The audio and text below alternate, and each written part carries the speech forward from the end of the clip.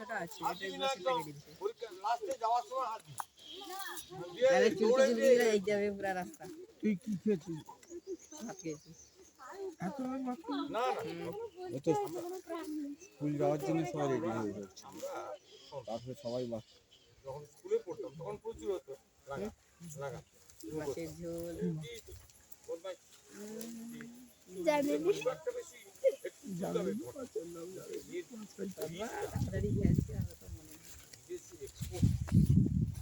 আচ্ছা যে জন্য ডাকা স্যার যেটা ভালো কথা বলছি, এর কিন্তু নিচ থেকে উঠেছে না, মানে এর মনটা নিচ এই দিকে তাকাও, কিছু লতা ঝুলছে মনে হয়।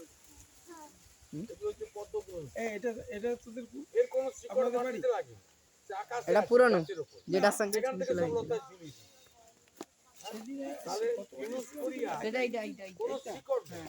ইউনুস কোরিয়া অন্যের গাছের চাপে বয়স হয়ে গেছে। গাছের গায়ে প্যারাসাইটিক কোনো এফেক্ট নেই, মানে অন্যের খাদ্য থেকে চিনতে ভাগ পারছি। বসাবে তার নয়।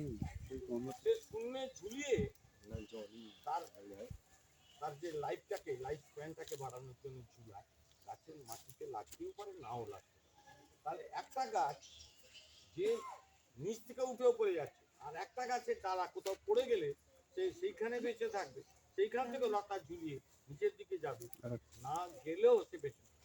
তাহলে একটা চরিত্র গাছে দুরকম চরিত্র। ঠিক আছে, এবারে এই দিকে যাও, অনেকগুলো গাছ আছে, আস্তে আস্তে যাবে। অনেক অনেক বিখ্যাত গাছ